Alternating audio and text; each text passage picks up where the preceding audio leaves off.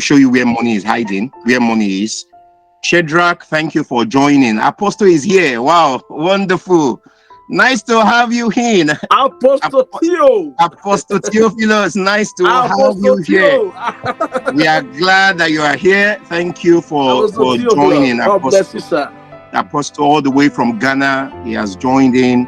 And quite a number of people from Ghana, a lot of them has been pouring in since waiting for Apostle to deliver on his lectures. But let me go ahead, like what I was telling you. We did remember telling you not to gamble. Don't put your money into betting. Like I think Anthony Joshua won yesterday. So many people that bet on that lost a lot. They lost their money yesterday. Anthony Joshua won, and he defeated Francis yesterday night. That's embossing. Don't involve your hard-earned money into a game and gambles. You will lose it. Remember the richest man in Babylon? I pointed that to you earlier on. Let me quickly tell you about where money is. Remember I told you I was going to tell you where money is, where you can find money, where money is hiding. A lot of us are looking out for this money, or where is the money hiding? You know, I said I would tell you where money is hiding. But just to let you know too that we are not just here alone. There are people gathered in different countries. Just to let all of you know now, we now have a coordinator in Canada, which a lot of people are gathering. Sorry, let me just take that off. A lot of people are gathered in Canada also on this platform. We have a coordinator all the way in Canada. We also have a coordinator in Abuja. And then we have a coordinator now in Port Harcourt. And then we have a coordinator in Ekiti State. Quite a number of people are logged on in different states, in different countries as we speak. And just in 4 locations now that we have the Renew Mind already in operation now, we hope to spread it all over the world. People will join in all over the world. Thank you all the way from Daniel. Thank you. I can see you. Thank you. But let me not waste your time. We go straight. I was going to show you where money is hiding and where money is, but I've taken a lot of time. I want to welcome Apostle. Apostle will just take it from here. If I still have time, I will show you where money is hiding. But if not, in our next presentation, I will be showing you where money is hiding. Well, let me welcome Apostle Theophilus, and I think the floor is yours now. Thank you, sir. Apostle Theophilus, go ahead, sir. Unmute yourself, please. All right, okay, sir. Thank you very much. I'm glad to be here, and thank you to everybody who have joined in. Thank you once again, Mr. George, for the great work you are doing. I want to commend you greatly, because in this time that we live, quite a number of people have a lot of health challenge, mental challenge, emotional challenge, coupled with marital challenge, and that can largely be traced to our financial health. So when I see anybody who really is interested to help people build their financial health, I really want to applaud. So when I received the call to come on board and give a lecture, a teaching today, I was so excited, because my job is 5 areas. I equip, I enable, I empower, and then I enlighten people to take charge of their financial life, thereby giving them a healthy financial life. I want to start by saying that anybody who doesn't have a healthy financial life is likely to suffer in other areas of his or her life. Although physical health is important, mental health is important, psychological health is important, mental health is important. But if your financial health is at stake, it can affect every other area of our life. So it's important that individuals pay attention. You know, there's a book I have, but I've not published quite a number of these books. It's called the Money Alphabet. I spoke about attention and attendance. You must be able to pay attention and give attendance to your financial dealings and your financial life.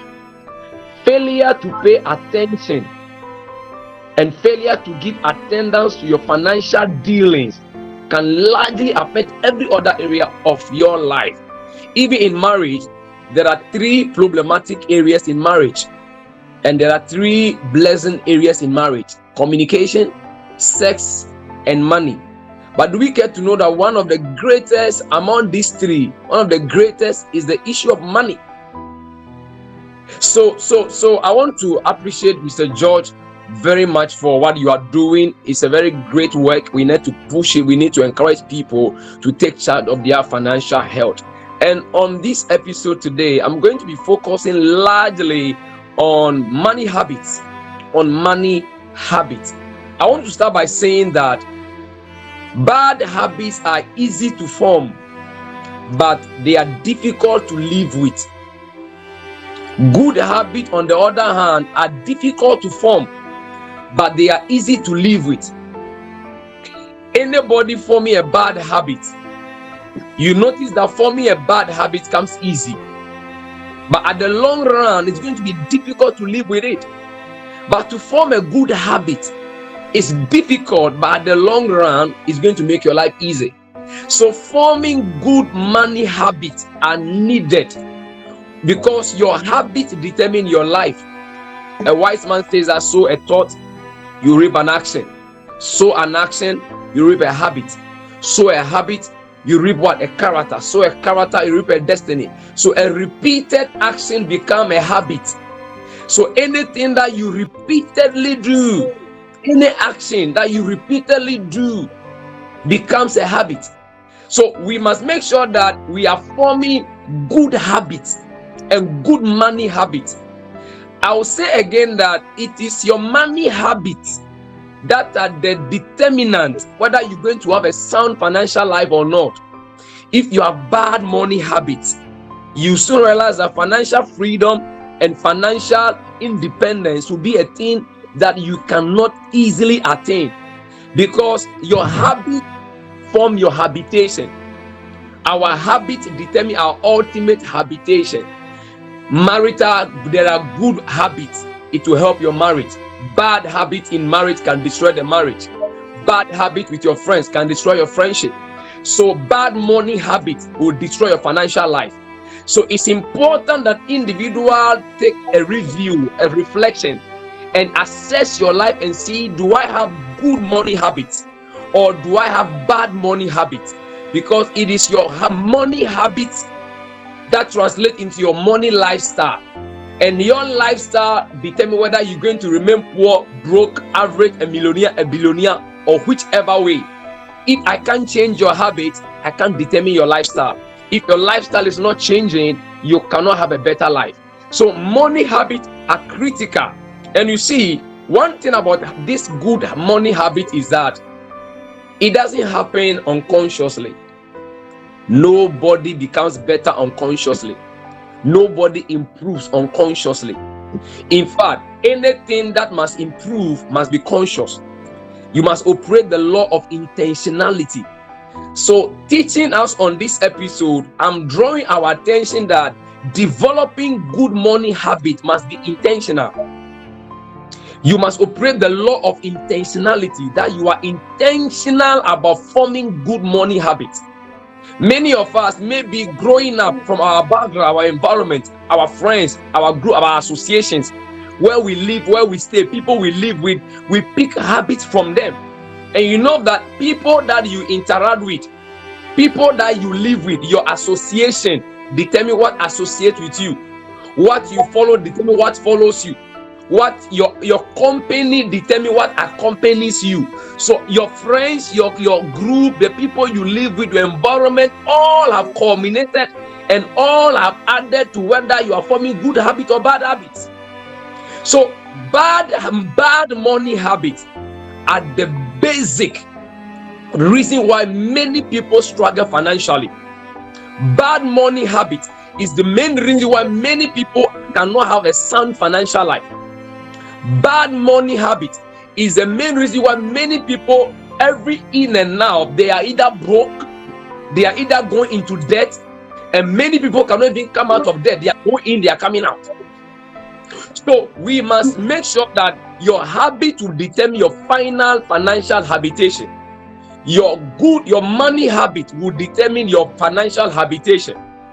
And like I said, money obeys good money habits. You see, a habitation is where you stay. We call some things money atmosphere. There are atmospheres that will repel money, and there are atmospheres that attract money. Now, when you are forming good money habits, you are going to create that attractive, that welcoming atmosphere for money to come. There are many people, they are home, they have bad money atmosphere. There are some people, they can't create a good atmosphere for money to come, because like we said, money is what you must attract money. You don't wish for money, you attract it. And you should know what money is. And I like what Mr. George was talking about earlier on. You must attract money. So do you have the money atmospheres around your life, which I'll talk about maybe another time, where how do I develop good atmospheres? You and I know that maybe where you are now, your atmosphere is air conditioned. Mine, where I am right now, the lights are gone off. The lights are off and everywhere suddenly before. So my atmosphere here is quite different. It's a bit warm in my atmosphere here. Maybe your atmosphere is different. Now we have money atmospheres, which allows money to stay around you, which allows money to come to you. And those are prerequisites of habits. There are some good habits you must have. So we want to look at bad money habits. If we can identify the bad money habits, eliminate them. In emotional intelligence and financial intelligence, we call them name and nail. We will name them and then we will nail them. So we're going to be identifying some of the bad money habits that we have, which causes money to disappear, not to stay, not to multiply around us. And it's very key and it's very important, and people must understand that anytime you are losing money, somebody else is gaining it. Anytime you are losing money, somebody is gaining. And anytime you are gaining, somebody is losing. And it is your bad money habit that allows you to lose money. I did a series sometime about 2 weeks ago when I spoke about identifying leakages around your money. How do you identify leakages around your money? Because if you cannot identify the leakages around your salary, around your earning, around your income, you can identify the leakages, you realize that sooner or later your financial life will be depleted. So people must be able to identify financial money leakages, because if you can't identify the money leakages, you cannot identify wastage and deal with it. So it's important that we understand some of these basic truths about money habits that you must have. Don't forget, your bad money habit is going to be responsible for bad financial life. Good money habit will be responsible for your good financial life. So you must make sure that you are forming good habits. All of us here are aware that the kind of habits you have determine the kind of life you have. The kind of habits you are forming determine the kind of life you are going to be enjoying. So with bad habits, bad life. Good habit, good life. In the same way, translating it into financial life, good money habit, good financial life. Bad money habit, bad financial life. So we want to identify what are some of those bad money habits that we must identify to eliminate. The first bad money habit I want to say here is spending money without a budget. That's the first bad money habit majority of human beings have. The first bad money habit that you must attack after today, I want you to write it, identify it. We will fight it. It's a demon. You must fight it. Never spend money without a budget, because money has dwindling, swindling, and dribbling variation. Money can swindle you. Money can dribble you. Money, if you're not too careful, before you realize, money has this swiftness around us that if you're not too careful, money has its way around you that it will swindle you. So you must bring money in check. And I'm going to continue. So many people, the first bad money habit is spending money without a budget. How many of us listening to me right now agree with me that most of the time we spend money, we just spend money from our head? There's no budget. And you see, if there is no budget before you are earning your money, you don't have a plan for the money, because your budget determines a plan. Your budget is the plan that the money must follow, the route, the route. You see, there is a how to everything in life. Those who know the how are more stronger than those who know the what. So when we say how to spend money, you should know how to spend money.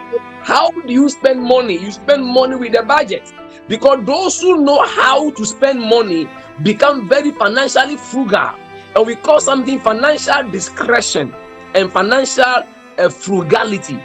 People who are financially frugal and financially prudent are people who knows how to spend money with a budget.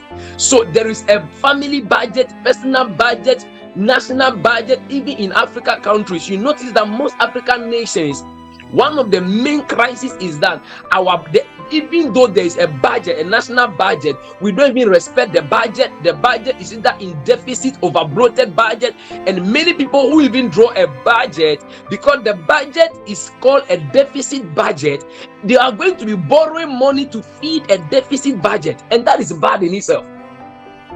That's bad in itself. So people who are financially frugal and has financial prudence, they know how to spend money. They know that they must spend money with a budget.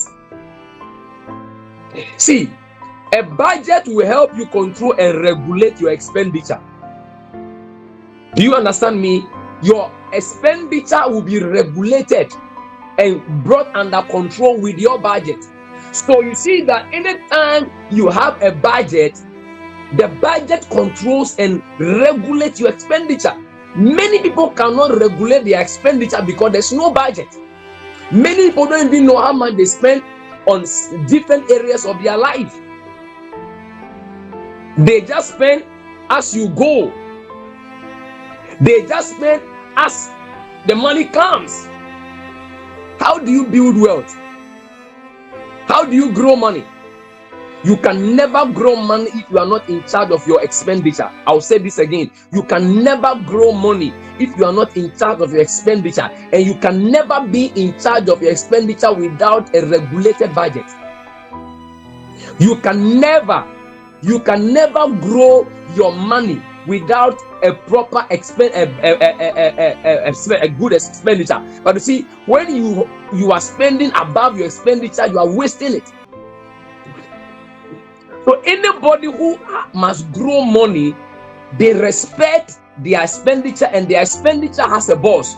The boss of your expenditure is what? Budget. Because your budget controls your expenditure. I will say it again. I want to take my time. Your budget controls and regulates your expenditure, your expenses. So you grow money by regulating your what? Your expenditure. Thank you for writing. Thank you. So your expenditure must be controlled by your budget. If you don't have a budget, you can't control your expenditure. And once you can't control your expenditure, you are over. You are loose. You are like a car without brake. And you know something? There's something we call laughter factor. Financial laughter factor is your ability to trace and track down all your expenses. For example, today, here I am now in Ghana, Accra. The day is now 7:24 here in Accra. So maybe in the morning, if you left the house, you are returning home. You left you 1,000. You are returning home now and left with a 300 in your pocket or in your wallet. You should be able to trace. What did you spend the 700? Because you left home with 1,000. You are returning with 300. It means what? 700 is gone. You must be able to trace and track all the expenses. And it's difficult to trace and track your expenses without the budget. That is why the way to financial freedom is not cheap. It doesn't come through wishful wishing. You are wishing. No. So you see, if you cannot trace it, you can't track it. If you can't track it, you can't measure it. If you can't measure it, you can't manage it. Because we tell people that if it's not measurable, it's not manageable. And you see, and in economic or in management, we teach that you must not grow big to manage well. You manage well to grow big. And to start managing well, you must make sure that you start controlling your expenditure and your expenses through a regulated budget.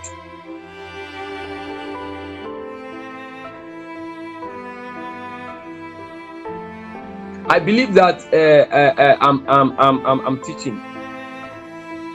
Yeah, so go ahead. Yeah, thank you. Everything in life has a regulator. Do you know that your air conditioning has a regulator called what? A remote control.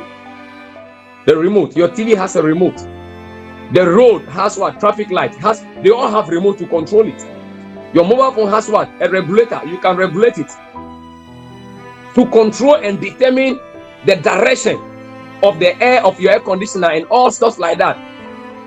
It is your budget that determines the direction of your expenses, not your appetite, not your taste, not your sight, your budget.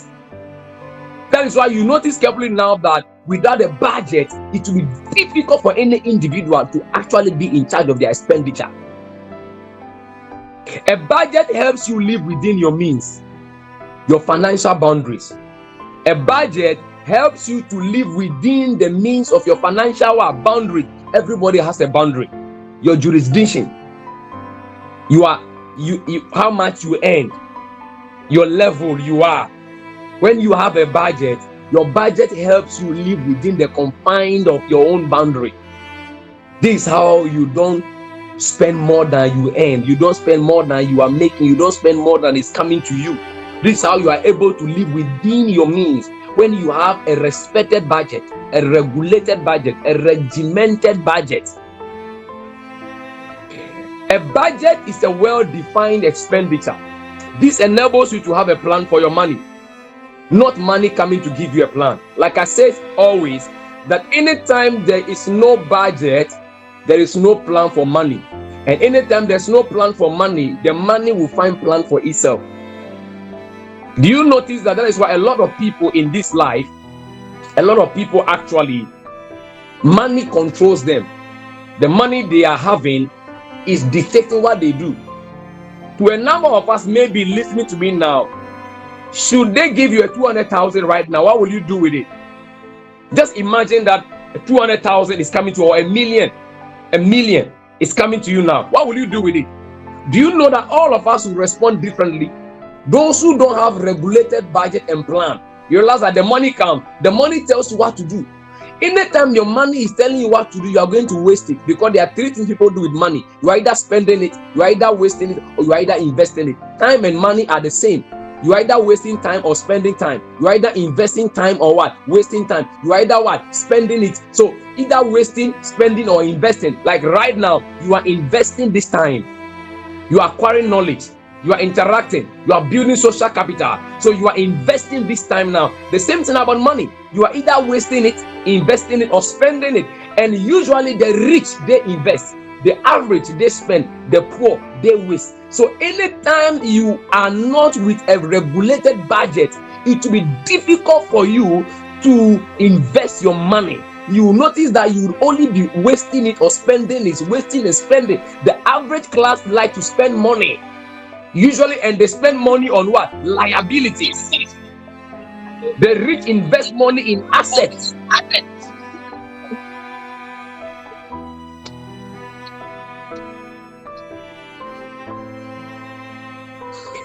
Without a budget, you can't meaningfully control your income. And without a budget, you cannot judiciously handle your earnings.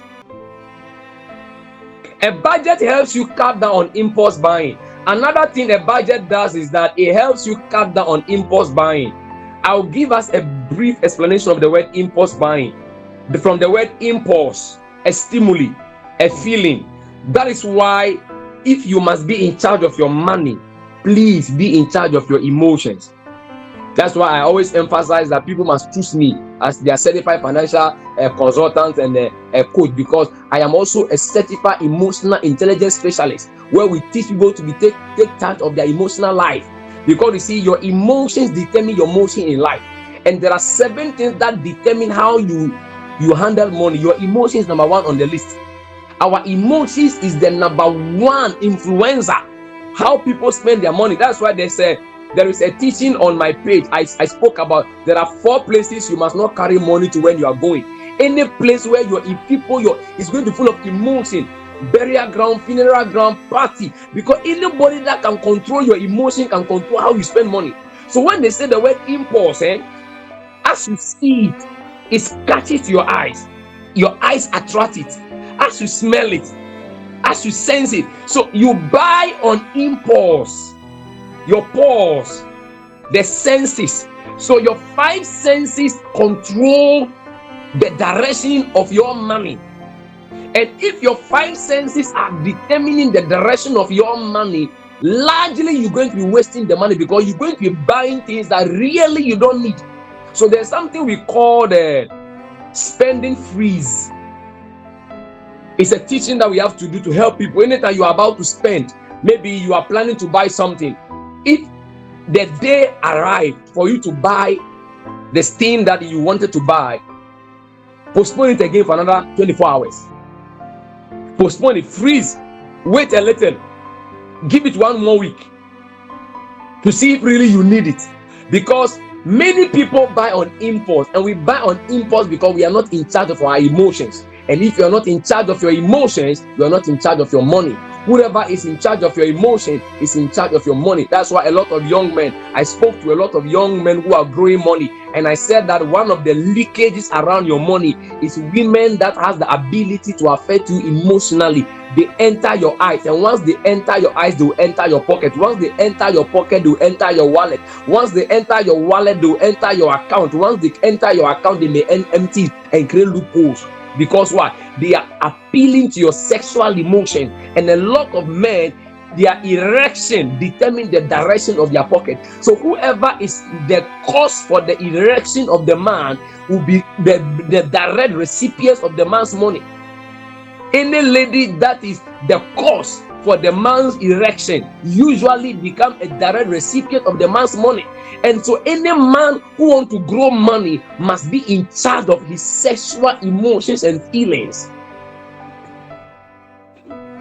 You must be in charge of your sexual feelings, because you are going to move on what? Sexual impulse, romantic impulse. That's why a lot of ladies who are slave queens, who knows how to do this very well, they dress to slave, they dress to kill, they dress to look tantalizing, appealing, catchy, look very sensational, attractive, in the way that the man will look at it, and then with the impulse. Just like how people advertise, every advertisement, they are advertising to what? Trigger your emotions. There is no marketer, there's no advert that we watch either on TV that is not geared towards provoking your emotion. They want to enter your emotion, provoke your emotion, then you are going to buy on impulse. But guess what? It's a bit easy when you have a budget already available. So your budget can tell you, hey, although it's nice, it's not in my budget. Although it smells good, it's not in my budget. We must be able to tell ourselves that. So a budget helps you cut down on impulse buying. You buy what you see. You buy as you smell. You buy as... No, you don't do that. So people who don't spend money with a budget is a bad habit. Can I say this to us? Stop doing window shopping without a budget. Because many a times you go to the shopping mall, you go over there are many things you are going to pick that are not even in your regular plan. If you cannot control your expenditure, you cannot control your income. If you cannot control your income, you cannot grow money. A controlled expenditure is a protected financial life. I will repeat myself. A controlled expenditure is a protected financial life. And I said earlier on that you will be able to control your expenditure with a budget. Without a budget, you can't control your budget. And if you are not in charge of your budget, you are not in charge of your financial life, because your budget is the expenses, the loopholes. Money is leaving you. You don't only grow money by making money, you also grow money by storing money, by keeping money. You don't only make money by going to make more money. No. Do you know that you can equally get more money by reducing your expenditure? You can make money available for yourself by reducing your expenditure. So your expenditure is one of the main reasons why your money is not stable, your money is not growing. And without a budget, your expenditure will be a monster. Without a budget, your expenditure will be a thorn in your flesh. So everybody must, from today, a family budget, a business budget, a ministry budget, national budget, drawing a regulated, regimented, respectable budget. You can control the leakages around your income with a defined budget. You may like what I'm about to say next. A budget is the referee around your field of spending. Many of us watch football. You know, there's a referee that makes sure, controls the field of play, make sure that there are no foul. If there's penalty, you whistle. Listen to me, people of God. The referee around your spending is your budget. Without a budget, there's no referee. Can you imagine you go to watch a football match and then opposing teams are playing and then there is no referee? Can you imagine what will happen? There's no referee. So anytime you are spending money without a budget, there's no referee to alert you of danger, to alert you of a foul. You are about to commit a financial foul. You are about to commit a financial penalty. And you see, if you are not careful, you commit a financial penalty, you may end in debt. Many have committed a lot of financial penalties and they have been scored in their business. These are things that I have mentioned, but I need to take time to explain. Okay, Apostle, what is a financial penalty? What are they, or what are financial foul? Because we call them money mistakes. And money mistakes come to every one of us. It is difficult to handle and control your money and take charge of money mistakes if you don't have some of these principles I'm teaching. A budget is a referee around your field of spending. It helps you protect your purse and your wallet, so you don't commit and have financial penalties. Like I said, a budget is the remote control around your desired purchases. A budget is the remote control around your desired purchases, the things you want to buy. A remote control. Your budget is like the remote control around your purchase. A budget, after, is the referee around your field of spending. A budget is also the remote control around your purchases, so that you don't purchase haphazardly, you don't buy recklessly, you don't buy as you see or as you smell. Budget determine and control you. A budget decides for your money, and your money does not decide for you. I'll say it again. A budget decides for your money, and it's beautiful when your budget is deciding for your money. It's beautiful. I'm telling you, it's beautiful when your budget is deciding for your money. Like I gave the example earlier on. Should somebody give you a million right now, what are you going to do with it? If you have a budget, your budget consumes the money. The money will be well invested, well invested. But if there's no budget and the money comes, the money goes anyway higher. So many of us, there are times you can recall some amount of money, some bulk money came to you. Do you know that once in a while all of us receive some bulk money, which you can actually use to kickstart something? But without a budget, the bulk money will just fizzle out, will just dissipate. So you need regulated budget around your life to be able to control what you do, control what you spend, control and what you buy. So a budget is a well-planned financial expenditure program. A budget is an emergency saver. A budget helps you measure and close up what? Wastage. Let me tell you what a budget is. A budget D, bills. A budget U, utilities. A budget D, demands. A budget G, groceries. A budget E, expenses. A budget T, tips. So the first bad money mistake, which I have elaborated for all of us, is spending money without a budget. I'm sure all of us have even seen basically what happens to your money, your salary, your earning if you have no budget. The basic is that you can't control your expenditure. Once you can't control your expenditure, you can't grow money. Once you can't grow money, you are not going to financial freedom or financial independence, because money must be controlled. Money and your emotion are twin brothers. You can't leave them alone. They must be brought under control. A budget helps you to control your money. The first bad money mistake, bad money habit we have. So if you have these habits, I declare and I say to you, make sure you start having a budget, weekly budget, monthly budget, quarterly budget, yearly budget. You need it. The second bad money habit many of us have is what I call spending assumed income.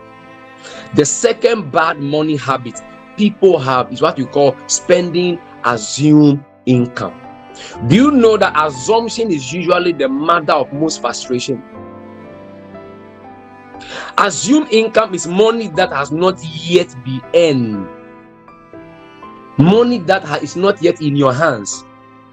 A lot of businesses, I did a short video, I was asked, why do I think that a lot of businesses, 90% of young businesses close up? I said there are a few factors. One of them is that we call something projected income. Many people spend projected, it's called projected, not real, has not yet arrived, projected. Can you imagine a growing business spending its projected income before the income arrives? What happened if you couldn't even make that income? So assumed income are monies that you have not yet received, salary that have not yet been given you. Even if somebody is owing you and they promise to pay you, you have not yet received the money. That's why it's called assume. You are assuming the money will come. So you see, assumed income is money that has not yet been earned, or money that have not yet entered your hand or your wallet. Assumed income is the salary that you have not yet received. Assumed income is that you have not yet that money in as cash. Assumed income is promised money. Somebody promised to give you money. Do you know that many of us, somebody may have promised you money? It has happened to me before. Somebody promised to give me some money, and because they promised to give me some money, I started spending the money before the money arrived. I'll go to a shop to go and buy something, buy a shoe or buy a shirt or buy something, hoping that the one who promised to give me the money next week will deliver the money, and the only for me to enter next week hoping the money should come. The money hasn't come. What happens to you? You enter into debt. A lot of people who are in debt today and they cannot come out is because they have spent assumed income based on promised money. Somebody promised to give you some money. Somebody promised to even pay salary increase, money increment. See, anybody who spend assumed income is a bad money habit. If the money is not yet in your hand, if you have not yet received the money, don't spend it. Monies you were promised and hoping to receive, refundable money, pay raise, forecasted or foreseen money, projected faith money. If you are a Christian, you are speaking faith. I like to speak faith. I'm an apostle, but see, I'm wise enough that wisdom is profitable to direct. I don't spend the money before. They say you don't count your chickens before they hatch. So many people, this is a bad money habit. There's some money you are expecting, you have started spending it. There are some money you are hoping to receive, you have started spending it already. What happens if the money didn't come? So you go and buy based on somebody's pocket. Let me add this one.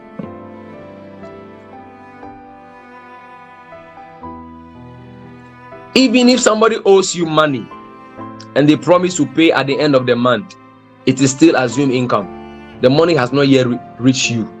Anything at all can happen. We call some things diligences and emergencies. You must be careful that you don't spend assumed income. And people of God, one of the bad money habits a lot of people have is spending what? Assumed income. Assumed income is money that you have not yet received. It's money that is not yet cash in your hand. Never spend it. If you learn this principle, you can largely control debt. There are some debts we enter, they are avoidable. You can avoid entering into those kind of debts if you don't spend what? Assumed income. So I encourage everybody to make sure that don't spend. Be strict on yourself. The danger with assumed income is that the sources of the assumed income is not constant, but it's a variable. You don't control the sources. So whatever the money is coming from, you don't control it. So you can't be sure. You can't be too certain. So it may happen, it may not happen. It's a probability. Assumed income is always a probability. It's never a constant, it's a variable. So you can't be sure, it can't be trusted. So you shouldn't be spending assumed income before it arrives. It's a bad money habit a lot of people have. The third bad money habit people have is borrowing money without a well-defined and definite plan and a goal for the money. We have seen, as a financial consultant, people who are in debt, when they come to consult us and you want to find out what happened to the money, you notice carefully that this was one of the bad habits that landed them. They didn't have what? A well-defined, I didn't say a plan, a well-defined and definite plan and goal for the borrowed money. Any money you are going to borrow, because you see, borrowed money is expensive. Borrowed money is expensive. So anytime you are going to borrow money without a well-defined and definite plan and goal, chances are that you're going to waste that borrowed money. And many people, the borrowed money that they went for was never used fruitfully, was never well invested, was never see, many people borrowed money, and at the end of the money, they don't even know what happened to the money. You happened to the money. Never borrowed money without a well-defined and definite plan and goal. When you do that, you are likely not to have a good plan for the money. And remember, I told you, money should not be giving you a plan. Your plan should be giving your money direction. Your plan should be consuming your money. If there's a plan, the money comes, so your plan absorbs the money. The fourth bad money habit I'll speak about is lending money to people we fail to assess their credit worthiness and affordability. This is one of the reasons why many of you have lost friends. Many of you have lost good friends. I'm writing a new book I entitled The Wisdom from the Bank. Do you know, if you go to the bank to borrow money, there's something they call credit worthiness. Those of you who are in US and other areas, you know this better. Your credit. If your credit is bad, they can't give you money.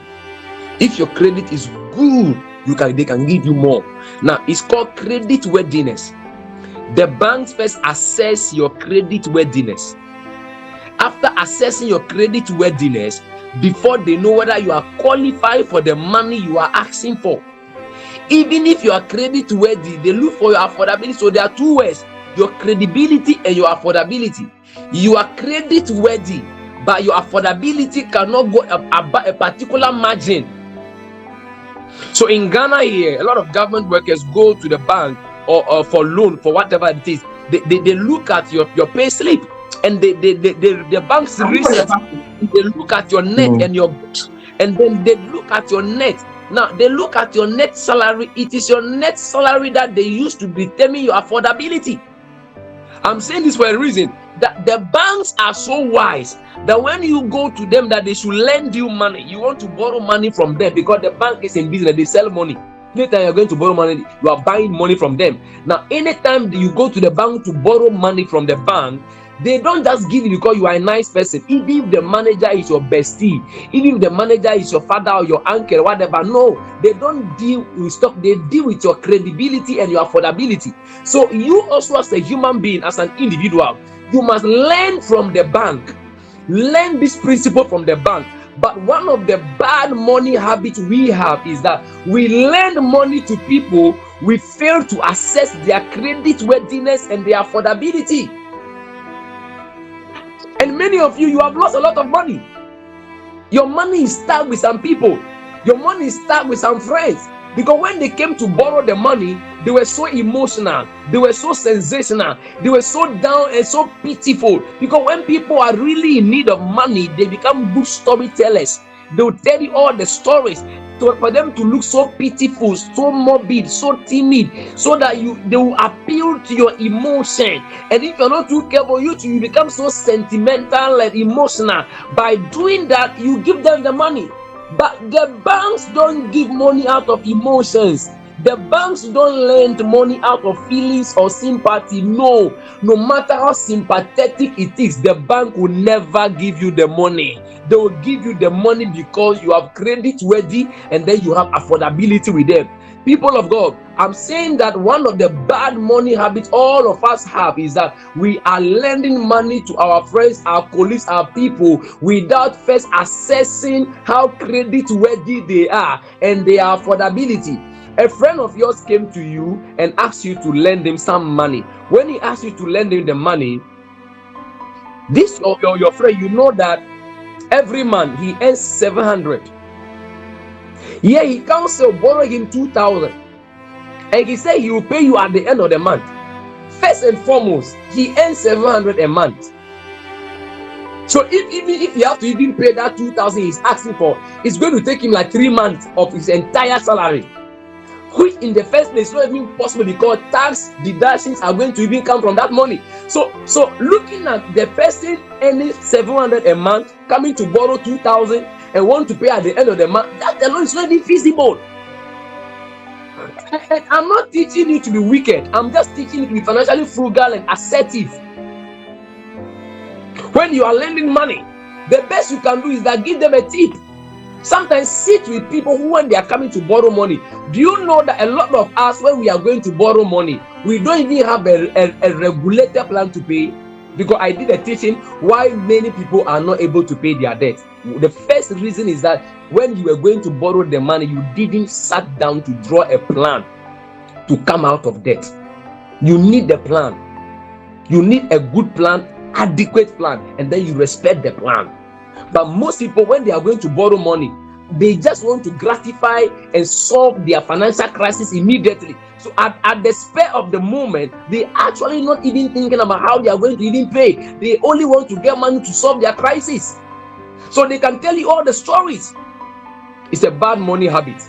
Banks don't behave like that. Before they'll give you the money, they assess two things: your credit worthiness and your affordability. Let me tell you something. When people are in financial difficulties, they are only interested in how they will come out. Their mind goes into survival mode. So they can make all the promises and assurance on repayment plans. They decorate the story. They polish and garnish the problem. They may lose their ability to reason logically. They become so sentimental. Listen, that's why you must learn from the bank. No matter how you polish your story, how you garnish it, the banks aren't giving you any money. If you are not credit worthy, you aren't credit worthy. If you don't have affordability, you don't have affordability. They can't. All wealth creators know this. So they are not moved by tears. They are moved by how to call it compassion and empathy, not sympathy, empathy. Be driven by empathy, not sympathy.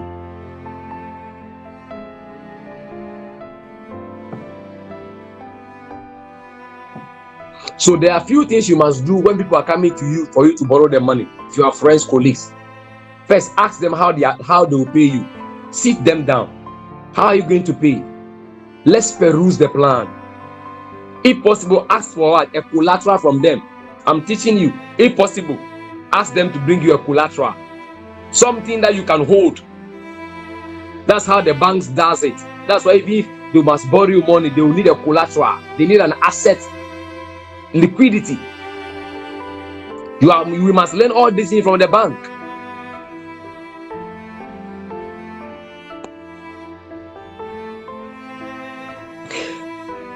Is it number 4 or number 5? But maybe number 5. I'll do 6. Now, the next bad money habit is failure to properly and reasonably adjust your lifestyle to accommodate your current season and situation. This is a bad money habit. I'll say it again. The next bad money habit most people have is their failure to properly and reasonably adjust their lifestyle to accommodate their current season and situation. If a company needs to survive a storm, they put in some austerity measures Some of them, they will downsize. They call something in business work or retrenchment. There are times for you to survive, you have to downsize. A lot of people don't know how to downsize. Yes, failure to properly and reasonably adjust your lifestyle to accommodate your current season and situation. Before you were earning a 5,000 a month, but right now you want earning 5,000 a month. The money isn't coming the way it used to come, but you still want to live like the way you used to live. You end in debt, irrecoverable. So once in a while, you must review, do a financial review. Where are you? You don't cut your coat according to your size. You cut your coat according to the available material you have. That's how you cut it. So most people, they are not able to adjust, downsize, reduce to survive a storm as the way of life is. Once in a while, you may have some financial storm, some financial difficulties. But guess what? What must you do? You must survive. And one of the ways to survive financial storm is to learn how to downsize. We call that financial hibernation. Quietly. A lot of musicians and celebrities who were in their prime, in the days of their fame, they were making all the money. A lot of footballers, when they were making all the money, they built mansions. Their upkeep money to maintain even their mansion alone is huge. When they are no longer playing, the money is no longer coming the way it used to come. Many of them fail to understand that, hey, Jack, you aren't earning the way you used to earn. So you can't keep spending the way you used to spend. Right now, you have to downsize. You have to come to a particular level and regulate now your spending. But most people cannot. There was a time you were living in a 3-bedroom apartment. A season comes, you were hit with a storm. You got to pack out of that 3-bedroom apartment. Go find one single-room apartment. Survive the storm before you can come back. Most people cannot. Most people cannot. They don't downsize. Sometimes as a family, you have to call your family and tell them that, hey, things are no longer the way it used to be. So we are going to downsize. We want to survive a particular storm. Downsizing is not disgrace. Downsizing is wisdom, financial prudence to survive financial crisis. Sometimes the only financial advice you need to survive a financial storm is to go and downsize, is to go and adjust your lifestyle, because every lifestyle has a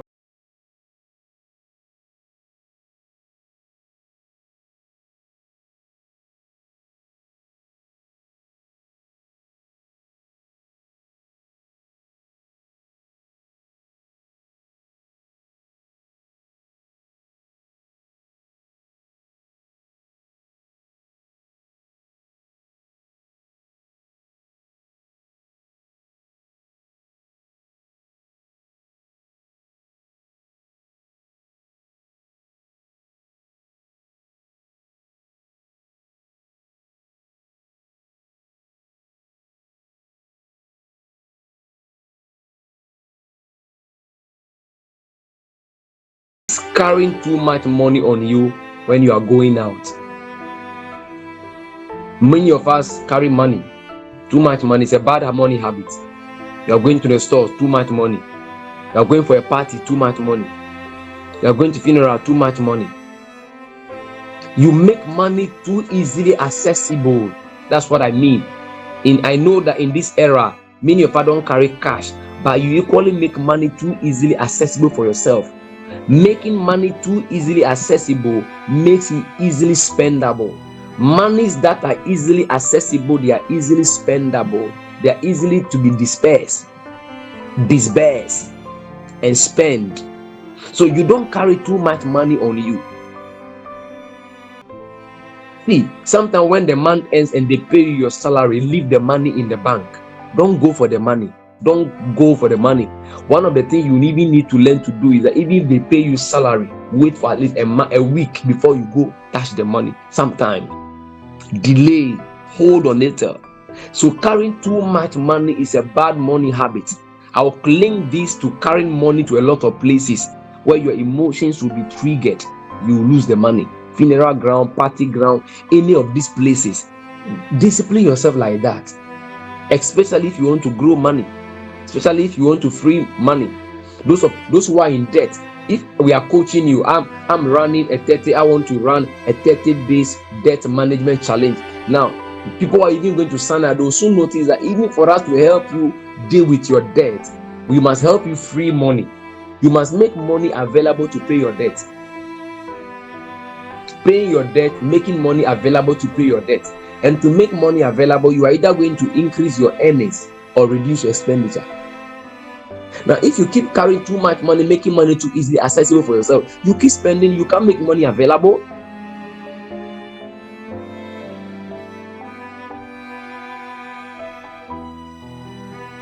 It's bad.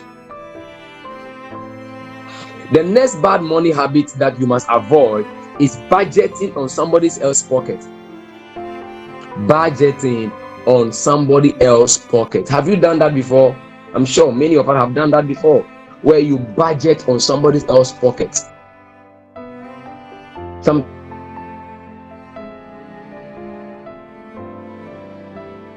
A wife, maybe a sister, maybe an employee.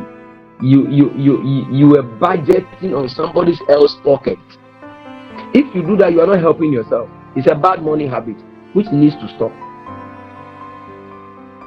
Easily be disappointed. You can easily be frustrated. You can easily be embarrassed. One of the easiest way to financial embarrassment is when you are budgeting on somebody else's pocket. Because that's not your pocket. You don't control that pocket. You don't even know how much is in that pocket. Do you even know their own plan? Do you even know their own this thing about for their own money? No, so you cannot be budgeting on other people's pockets. That is why if you have people around you who are budgeting on your money, you must find a way to dismiss them, else they are going to give you unrealistic burden and expectation, because you have too many people who are dependent on you. And do you know that those of you who have a lot of dependents, if you don't know how to disengage from them this way, they are going to weigh you down, because there are many people who are depending on you, who are looking up to you either weekly or monthly or quarterly or yearly. Now, these people, they budget on your pocket. Do you know that some of you are the one promoting and funding people's lifestyle? There are some fathers, they are the ones funding their daughters' wayward, reckless lifestyle. And many of us, there are people who are depending on us. They collect money from us. You don't even know how they go and waste the money. So it is also not only you, but you must watch very well. Those of you that have a lot of dependents, people are depending on you, in, around, abroad, out of your country, wherever you are. You must have a way. There is a principle that we teach many people that have a lot of dependents, that you can use to be able to decode and detect quite a number of lies and flimsy stories for them they use to collect money. So anybody who is making money budgeting on your pocket, if you're not too careful, that is one of the leakages around your money.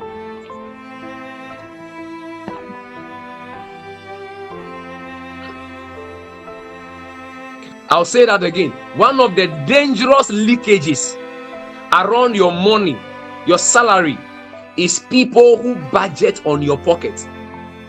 People who budget on your money. People who assume you have money, so they have to come. They must help you spend it. There are people who want to help you finish your money. These are unseen, unknown, silent, major leakage around your money. And if you don't know how to control it, it can weigh you down and siphon you. These people create holes to loot and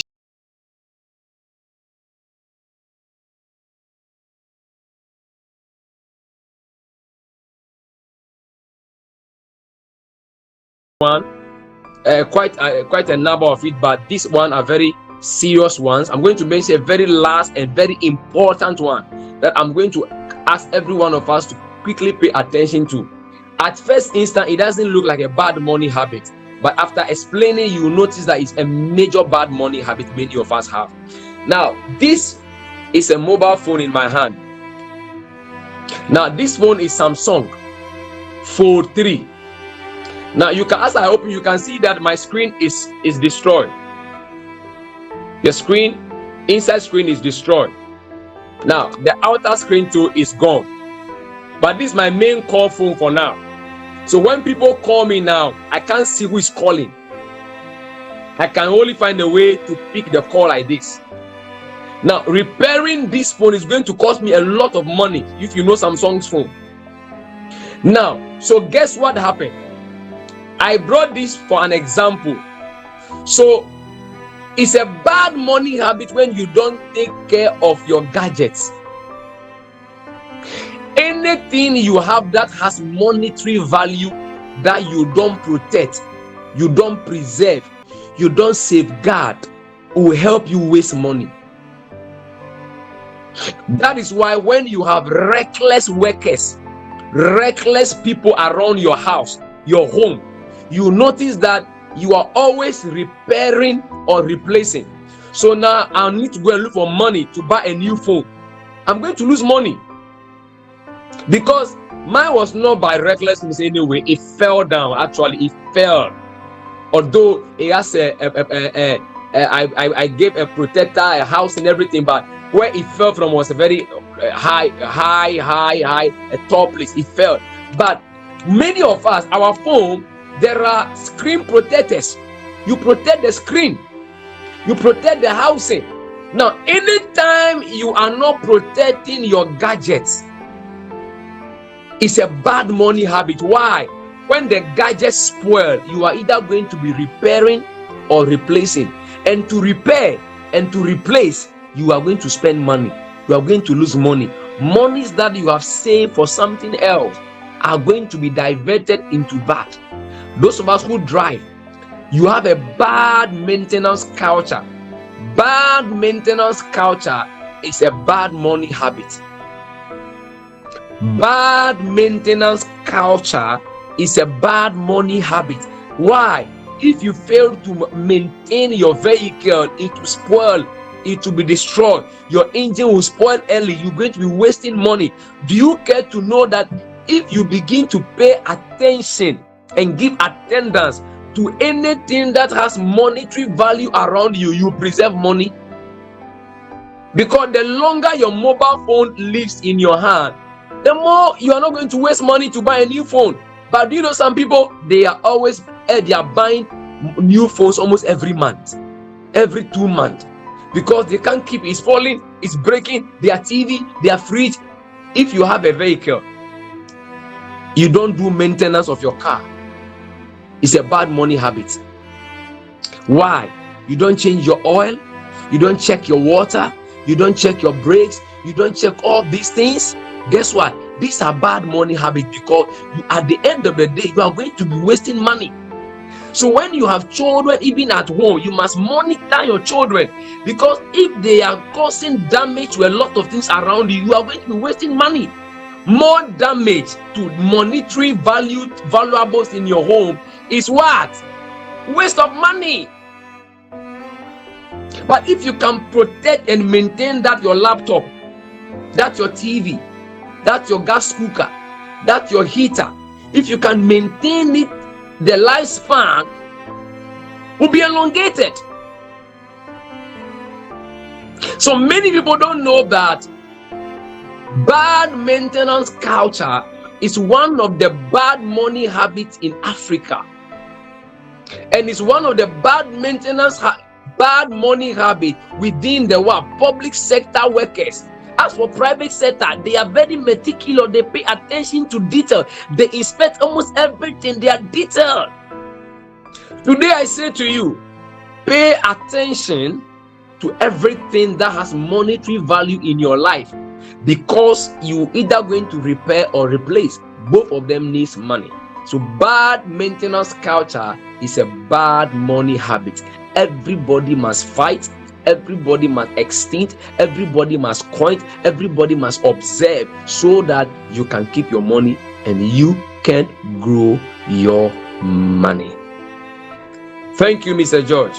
I will leave my lecture here. Too much talk. I don't want to mention too many things for this particular segment. So I can stop here and then I pick questions. Thank you. We give it up for Apostle. We're going to ask a lot of questions now. The questions are going to start pouring in.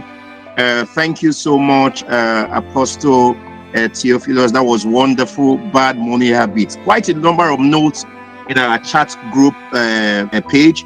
If you need to note anything down, go to the chat group now page for you to be able to note one or two things Apostle have said. Please put up your hands if you have questions for Apostle.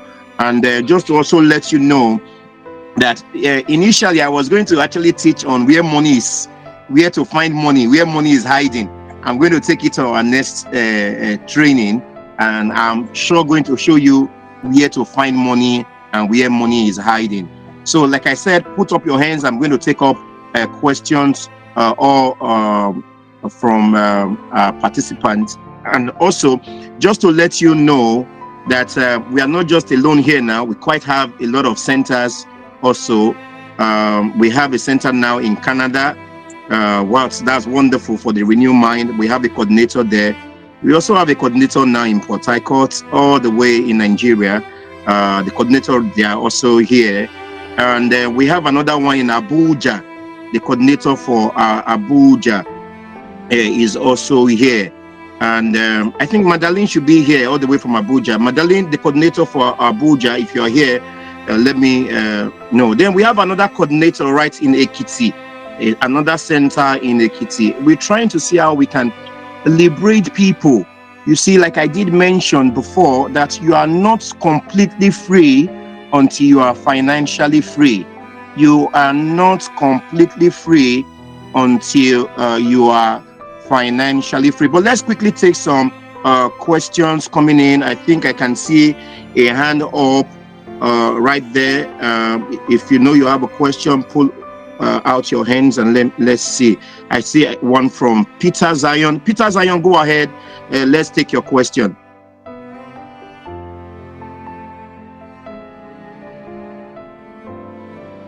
Go ahead, Peter Zion. I'm not too sure if Peter Zion is there, but let's take, okay, go ahead now. We can hear you, Peter Zion.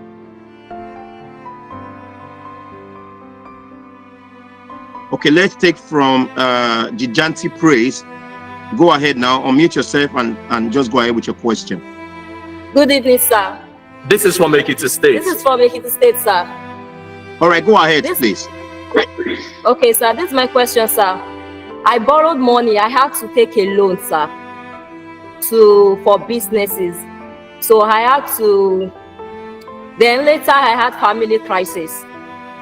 And I had to divert that money, that loan I borrowed, to the family crisis, in which I have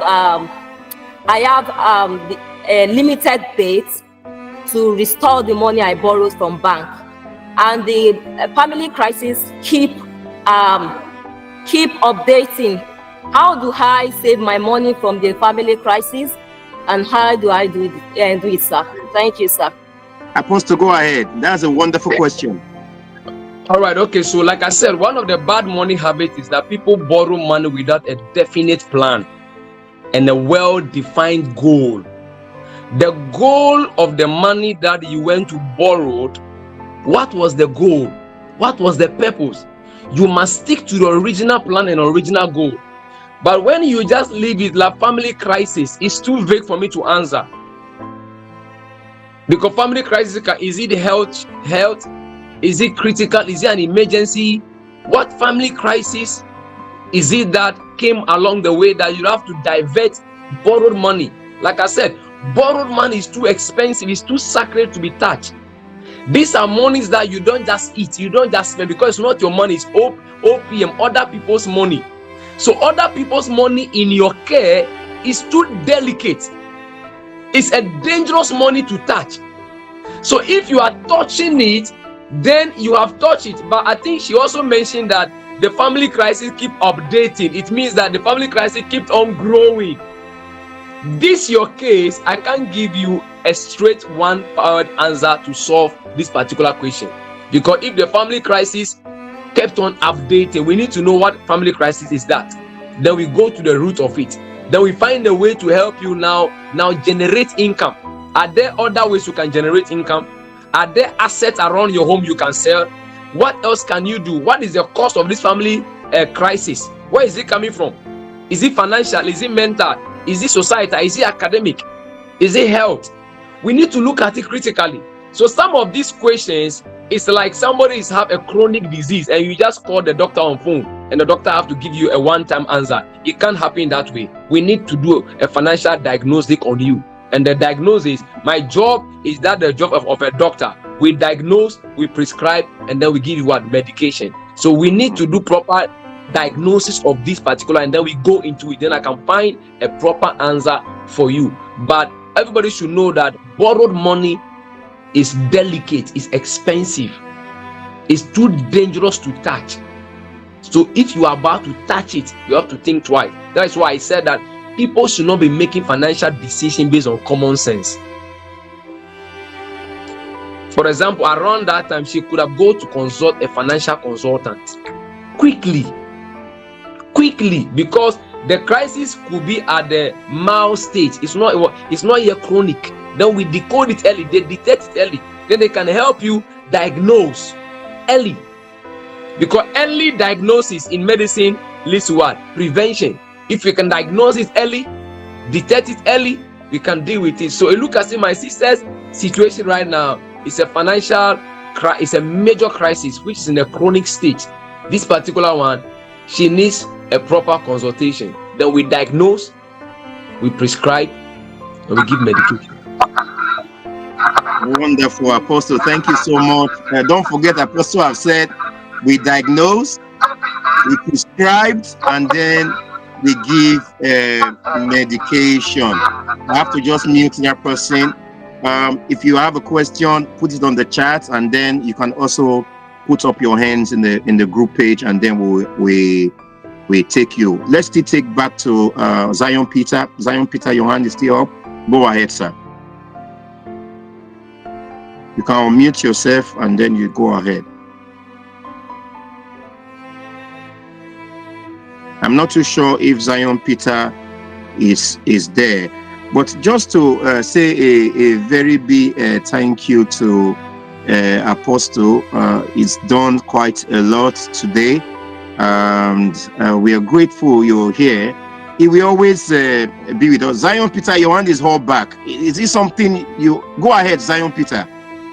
That's the last time I'm going to call you. I'm not going to call you again. If you are there, unmute yourself and just go ahead.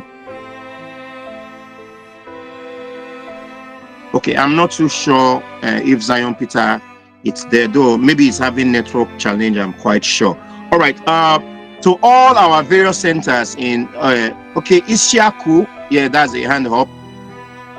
Ishaku, unmute yourself now and ask your question, please. Tell us where you are joining from.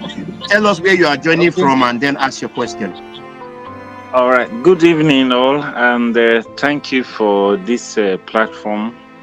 Like you said, my name is Ishaku. I'm calling from Lagos, Nigeria. I appreciate what the presenter said, and I just want to add to, maybe a helping hand to one of the ways to cut this issue, because I have been a victim. That there is one phrase that one time I had to meditate on, how to say no to people without hurting them. At some point in time, I had to go and Google how to say no to people, because at the verge of trying to help many people, at the end of the day, I ended up borrowing or stood for some people. At the end of the day, it was very, very hard and very tough on me, which I know I'm paying heavily right now. So knowing how to say no to people without hurting them is one quick way to be able to avoid the stress of money and how to manage it.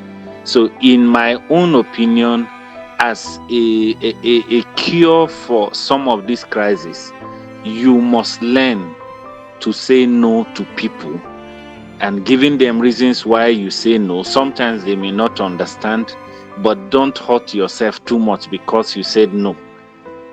Thank you very much. Yeah, thank you, Ishaku. And that's it. To be sincere, I think in one of my classes I did mention that you should give what you can afford to lose. If someone come in, like naturally, I stated it clearly. I said, don't borrow anybody money. Don't borrow anybody money. Rather, give what you can afford to lose. Don't borrow people money.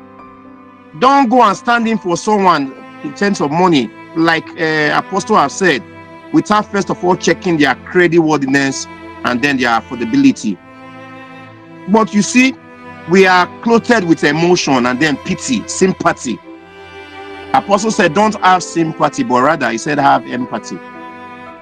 So please, let's learn, let's be wise when it comes to managing our finance and then our money.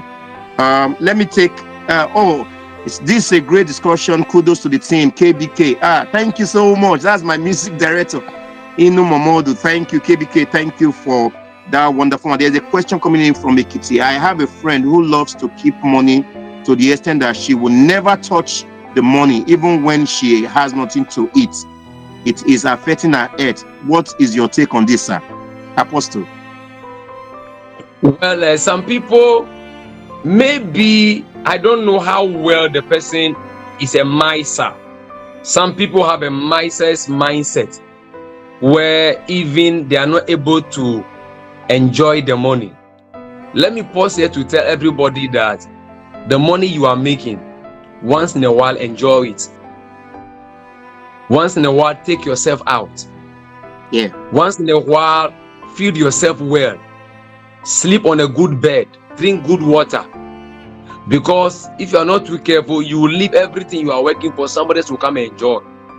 So we call something self-care in financial intelligence. When I combine it with emotional intelligence, we teach about self-care. Your ability to take care of yourself whilst you are making money. Your ability to be there for yourself whilst you are on the road, whilst you are grinding. So maybe some of these people, I don't know whether at a particular season they were saving to get something done. They were, because you need to save to invest. So maybe the person put the knife on herself, well, to save for 2 or 3 months, inconvenience herself for a particular season to get something done. But if it is just a lifestyle, then this person may be suffering from what we call emotional stinginess. That can lead to emotional numbness that affect the person's ability to enjoy even this present life. People like that need a little talk, a little financial therapy on their mind, on their emotion, and then they will be okay. Did you say emotional stinginess, Apostle? Yes. Well, your money, remember, just keeping money and not spending it for yourself is not also good. Remember, I think in one of my class, I did mention that your money is not just to keep in bank, but rather you are to take that money and put it into what we refer to as money maternity ward until they grow and get pregnant. Then take it into money maternity ward, they give birth, and then you bring it back and then you spend it. You are to actually spend money, but you have to spend wisely.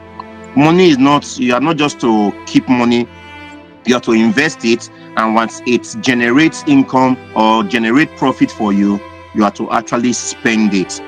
First, I said that when money gets into your hands, multiply it before spending it. We are not teaching you that, oh, you are not to spend the money, but rather we are teaching you how and when to spend the money that you have made over the years. Now, please, it's also important that you get to note when money gets into your hands, like I said, multiply before spending.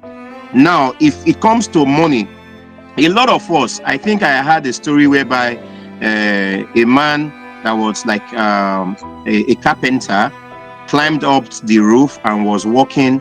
He refused to eat, fell down all the way from the top. Getting down, he has injured himself. Before they could rush him down to the hospital, it was already too late. But they tried to help him and rescue him to bring him back to life. But the doctor discovered that he has not eaten. But it was difficult for them to actually help him and rescue him. But before you know it, he passed on. But when they depth into his pockets, they discovered that he had 80,000 in his pocket. 40,000 on this side, 40,000 on this side. And then the brother just came in, collected the money, and said, thank God, this is it. The brother started spending the money. But the man has passed on because he didn't eat, but he had money with him. So please, money also, you have to use it to look after yourself. Just be wise when it comes to your spending. I think that will be it. The people in Abuja, thank you all for joining. The people in Canada, thank you all for joining. The people in Zion, you are still raising up your hand. If you unmute yourself, if I can hear you, I will allow you. The people in Port Harcourt, thank you all for joining. Zion, go ahead, let's hear.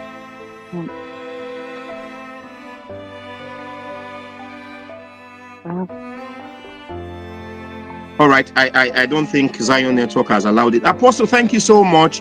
The coordinator in London is here. Coordinator in London, when next are we having our meeting? To be sincere with you, you will not, in fact, you will not believe it. The person that is coming next, I think should be on the 23rd. The person that is coming on the 23rd will blow all of your mind. The person coming on the 23rd will blow your mind. Just to let you know, you need to subscribe to our YouTube page. This video and these lectures and this training will be on our YouTube page. Right now, as we are here, everybody go to the Renew Mind. Just type my name, George Owen. George Owen on YouTube. You will see me there. There are other teachings that we've done in the past. They are there in our YouTube page. Subscribe to that YouTube page as we speak. Esther, I will call you. AJ or JA, I will call you. Subscribe to the YouTube page as we speak now. Go on your phone now, subscribe. Like we are getting wider. Very soon, we are going to be using money for you to actually get into that page. It's going to be subscribed based on the amount of money you are able to pay. To be sincere with you, now it's still open, it's free of charge. But for you to be member on that YouTube page, very soon, you are going to pay money to be a member of the Renew Mind. But now it is free. Be the first to subscribe. Go to our YouTube page, subscribe, type the Renew Mind or type George Owen, subscribe. There are a lot of books. What we focus on is to review financial books written by various experts in finance. We are teaching you how to make, multiply, and manage your money. The platform is not for you to bring money.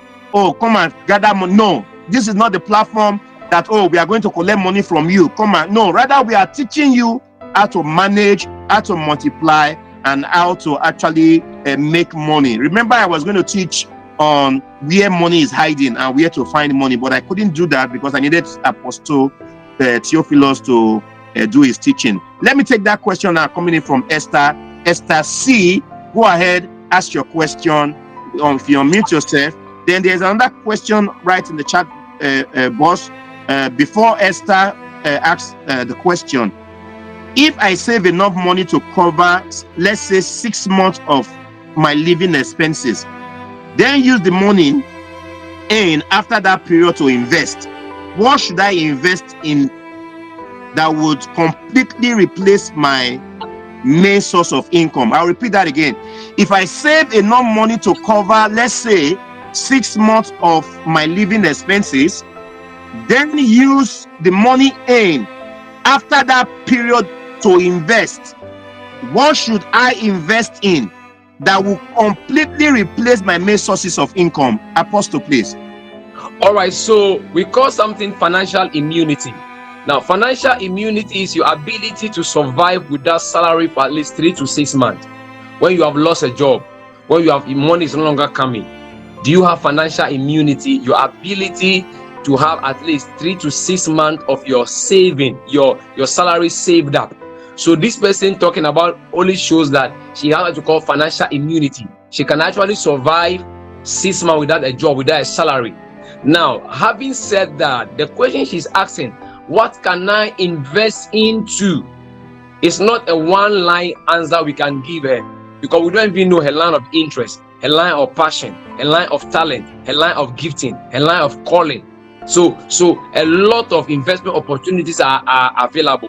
Whether is she looking for a short-term investment, long-term investment, medium-term investment? Is she looking for liquidity investment? Is she looking for land banking, land retailing? So there are so many investment opportunities that can be explored.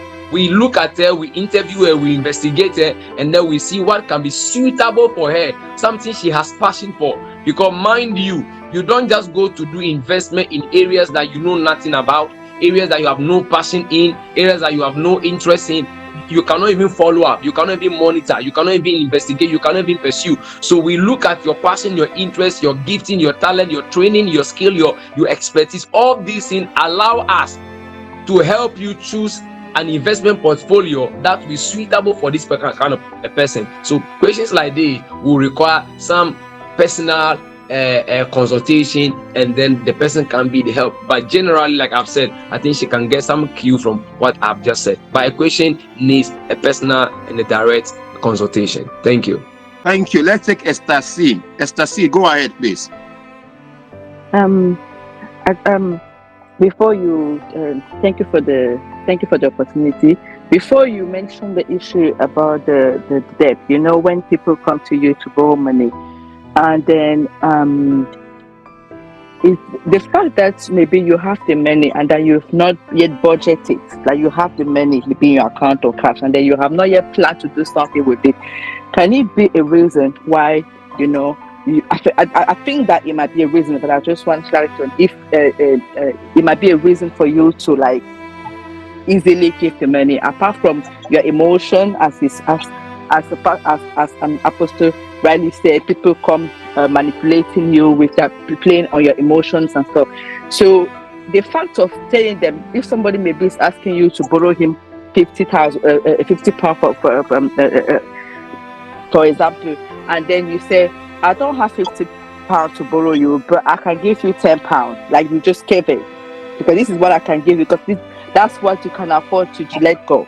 Is it the same thing? Is it a solution Apostle, to deal please. with this borrowing issue? And also the fact that you have money, like you are saving money because you want to do, you are saving money, but you don't yet have a plan for it at the time, and then but you know that you are saving because you want to invest in the future. So do you always save when you have a plan, like if you have an immediate plan, or do you save and then for now you don't have a plan yet, but you know that maybe in future you want to do this and you are saving towards this? So money has some few laws. One of them is that if you save me today, you will be safe tomorrow. If you save me today, you will be safe tomorrow. This particular one has nothing to do with a particular thing you are saving the money for. Just like how we prepare for tomorrow, just like how you are getting ready for tomorrow. So the first part is that we actually sometimes just save for emergencies. Yeah. Because life has this dwindling variational effect. Yeah. Some emergencies that you didn't prepare for. Some eventualities. You can just be there and things can just hit you from left or right. And most of the times when you are not financially strong and stable, when things hit you, you cannot recover. So most of the time you must actually have some money in store, where we talk about a contingency account. So there is a saving. That saving goes to your contingency account. The purpose of that is for emergencies, not a particular emergency. So just keeping money there for emergency. You have a contingency account where you are keeping money just there to deal with some emergencies that may come your way. And everybody has some financial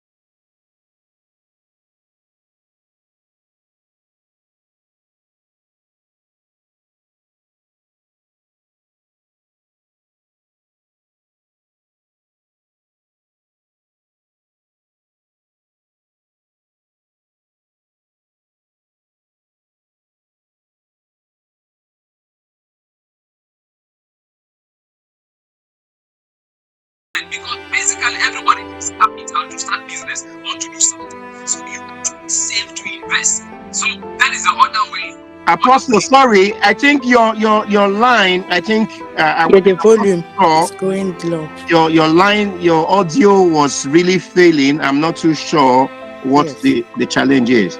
Go ahead, Apostle. I'm saying that Your audio is still failing. The audio is not good enough. I'm not too sure what the challenge is. You're still having the same challenge. I think you actually have audio challenge there. Apostle, speak. Let's see.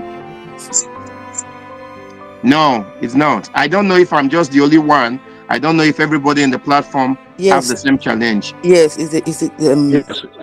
his volume is failing because it's reducing. Yes. We cannot hear. Okay, we're not hearing you clearly.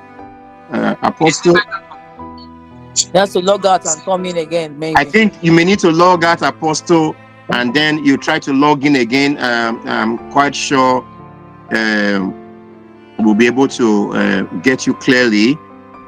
You muted yourself now. Unmute now. Let's see if it's better. No, it's not. It's not better at all. it's not better. Yeah, just log out and then you log in again. I think it will be better off. Okay. Just to add to what the question that have been asked. You see, the thing is, when it comes to borrowing money, you have to be very, very sensitive. Also, in terms of budgeting. Okay, Apostle is back. Okay, no. When it comes to your budget, your spending should be part of your budget, like Apostle have taught earlier on. You don't just give your borrowing too. You want to give somebody money to borrow. It should be part of your budget.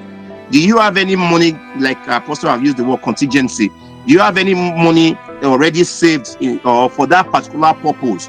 If you have a budget that, oh, this money is for borrowing, should in case anybody come in to borrow, it's fine, it's okay. But if it's not part of your plan at all, if it's not part of your financial budget, you don't just do that. Give, like you have said, Esther, give what you can afford to lose. Somebody comes in to borrow £50. And even though you have the £50, I'm not saying, don't just give the £50. Apostle, you are back. Yeah, I'm back. Is it better? It's better now. All right. So like I was Apostle, saying, you answered that, and then we take one more question from Victoria, and then that would be it. Go ahead, Apostle. all right. So ideally, we all hear this statement that the devil gives work to an idle hand or idle mind. Now, money cannot be idle. Leaving money just there doing nothing, having no plan for the money is either is not a good thing. That's why the bank, the only one of the advice the bank gives you, they don't follow, is that they ask you to bring them your money. The money you give the bank, they don't keep the money, because any money you give to the bank, if they keep it, it's a liability. They are losing. So when you give the bank your money, they'll find a way to circulate the money. The money must move. Money does not need to be idle. So it is true that sometimes when there's money available doing nothing, you can find ways by giving it out to people when they come on demand. So because there's no other plan, the money is doing nothing. So it's idle. Idle money can be easily wasted. Idle money can easily be shared to people that don't even need it. So it is true that sometimes when we don't have a plan for the money, you are just keeping it there. It's not good. But then again, I spoke about contingency account, where you just keep money there to deal with emergencies. There's no particular emergency, or you are not putting this money in your contingency account for anything special, but it's just for life emergencies. Emergencies that comes your way, home emergency, like I was showing you, my phone just got spoiled. It's an emergency. I must replace it. So if you don't have an emergency, where do you resolve that issue from? So we also save money in our contingency account to deal with financial emergencies, so that we don't end in financial crisis. Most people are not able to handle financial emergencies. That's why they enter into financial crisis. And you can never handle your financial crisis if you don't have contingency account where you save money for emergencies. So people must also understand that particular concept, that there's a place where you put money aside, not for anything particular or specific, but for emergencies. When you do that, you are also safe. aside the investment portfolios, the banking investment that you do, the property investment that you do for some specific project or stuff that you do. So basically, I think I was listening to Mr. George also answer that in other way around, and I think it's a laudable way to go about it. I think I don't need to stress and make mention of it too much, but I think if I've answered, I'll stop here. All right, thank you, Apostle. I think the last one on the chat group is, what is your advice on life insurance? Is it a form of investment for your children? That's the question. Apostle, go ahead. Of course, life investment is life insurance is always an investment, because you must always insure your life. How will you insure your car? You don't insure your life. Once you are insuring your car, your life is better than your car. So life is a part of investment, but it has to go with a proper advice and proper coaching for people to do that. Most people don't even have life insurance policies because they are afraid. Most people don't even do death policies, death insurance, because they are afraid. But these are realistic things that people need to actually do at a particular point of their life. So life insurance is a form of investment that people should take it quite serious. But it depends on what portfolio you are using to do that life insurance. Yeah. Okay. It's very good, Apostle. I think that's a wonderful way to call it a day. Just to say thank you. Is it the same for pension? Is it a form of savings? Pension. Go ahead, Apostle. That's of course. As for pension is always there to just save anybody at all when you come to a point where you don't have all the energy and all the strength to go all out to do what you got to do. Pension is a way just to alleviate and help you move up to your day-to-day life. If you don't have all the energy and the strength, you're no longer working. So as for pension, it's mandatory. Everybody needs to have some kind of pension around. Even if you're not within the government sector, you need to have some pension for yourself, doing some pension investment. When I do coaching, life coaching, we teach people also most of this stuff, that even if you are not in the government sector, how will you be able to have your own pension saved up? There's a calculation, a formula we use that people can actually do a pension for your own self when you are working. Within the next 25 to 30 years, you should have some life pension that in your old age, you should be very, very comfortable living your life, because old age without money is hectic and frustrating. Old age without money is hectic and frustrating. Apostle, tell us your handle. Let people follow you on your platform. Go ahead, Apostle. All right, so thank you very much. I wanted to tell you that there is a Millionaire Masterclass audio program I have from one of my mentors. I don't know who will be interested.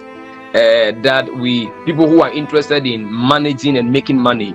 It's an audio program actually that when I have my seminars, actually we sell out for people too. It's an audio program that people can listen to. So Mr. George, I will talk this with you maybe after here, and then anyone who will be interested, you can link them up. But on Facebook, Apostle, my name Apostle THEOPHILUS Jeffries. On TikTok, Apostle THEOPHILUS Jeffries.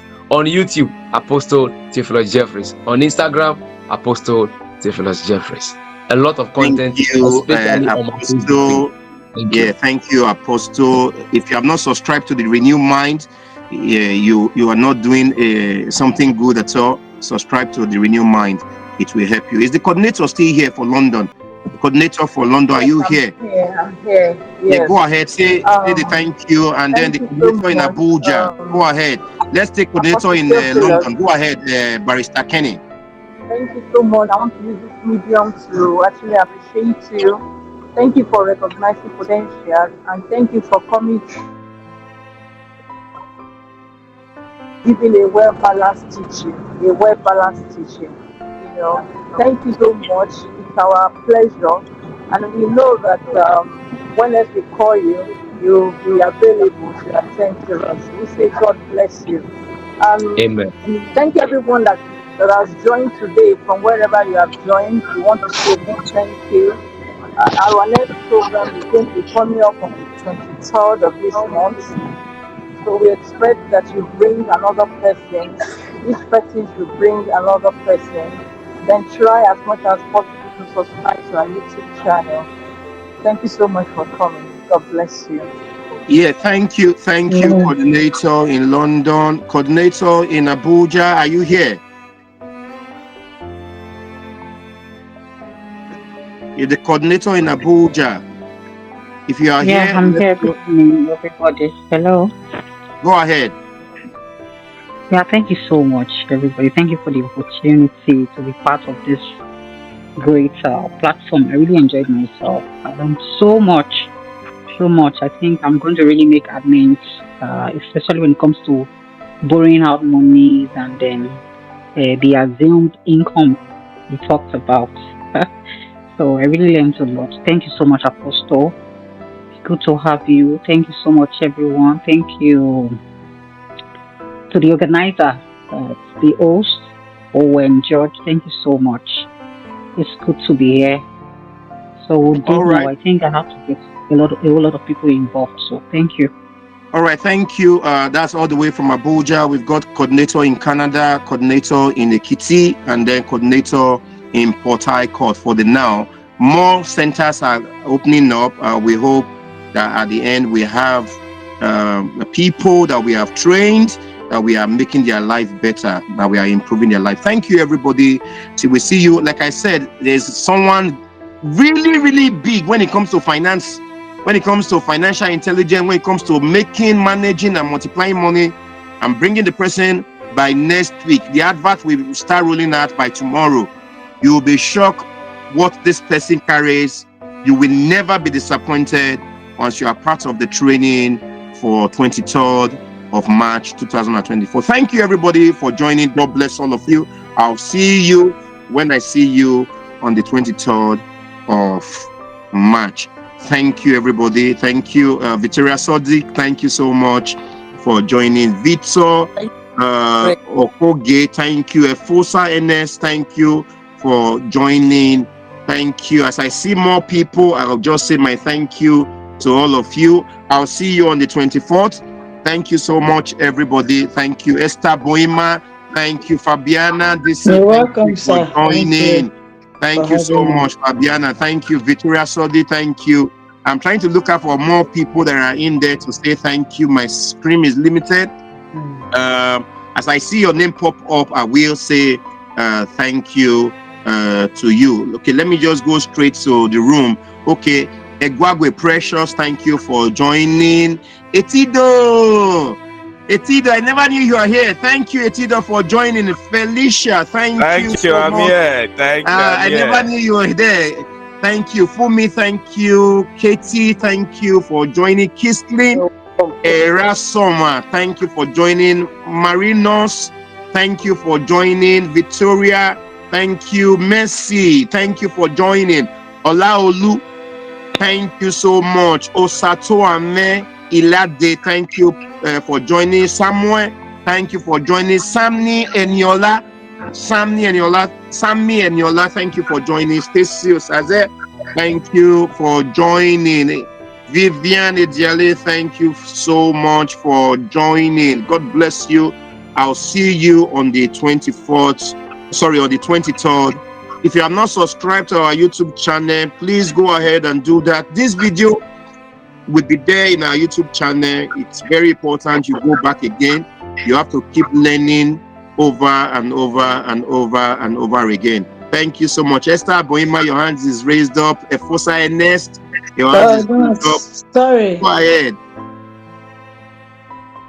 Thank you all. Thank you. God bless you. Thank you. I'll see you on the 24th. Etido, thank you. Etido, I'm going to call you later.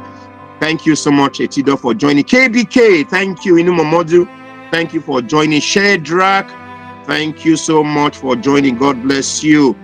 Thank you so much. Austin Ediale, thank you for joining. Ameze happened to be one of our top fans. Ameze, are you in the house? Somebody asked me to say hello to you. I think Tade Cash have asked me to say hello, especially to you. Ameze, are you still there? Ameze Osazuwa, thank you so much for joining. KBK, thank you for joining. Thank you, brother George. God bless you. In fact, Ameze, somebody is proud of you. Somebody really, really is proud of you. Thank you, Ameze, for being our #1 fan. And I quite got a lot of messages for the good work you are doing, Sister Ameze. Thank you so much. God bless you. Thank you for being #1 fan. Ameze happened to be our #1 fan. Felicia, thank you. Adege, thank you for joining. God bless you all. I'll see you on the 23rd of this month. Thank you.